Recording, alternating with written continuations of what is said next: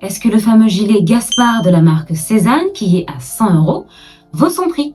Et pour analyser tout ça, nous nous sommes rendus directement en magasin. Alors côté construction, c'est assez simple finalement, mais il y a quelques détails qu'on apprécie énormément, comme par exemple cette bande de tissu qui commence à l'encolure pour finir jusqu'en bas du gilet. Il faut penser à cette bande de tissu comme une espèce de colonne vertébrale pour ce gilet, parce qu'il va empêcher non seulement les boutonnières, mais aussi l'avant et les bords du gilet de se déformer avec le temps. Ensuite, côté tricot et matière, ce gilet est tricoté de manière assez lâche, ce qui signifie tout simplement qu'on voit à travers, mais ça n'est absolument pas un signe de mauvaise qualité. C'est tout simplement une technique de tricot, technique qui est en plus justifiée parce qu'on est sur du mohair et de l'alpaga, qui sont des matières qu'on tricote justement de manière assez ouverte ou lâche pour profiter du côté un peu moelleux, nuageux de ces fibres. Donc encore une fois, on est sur du 37% kid mohair, 37% alpaga. Ce sont des fibres dites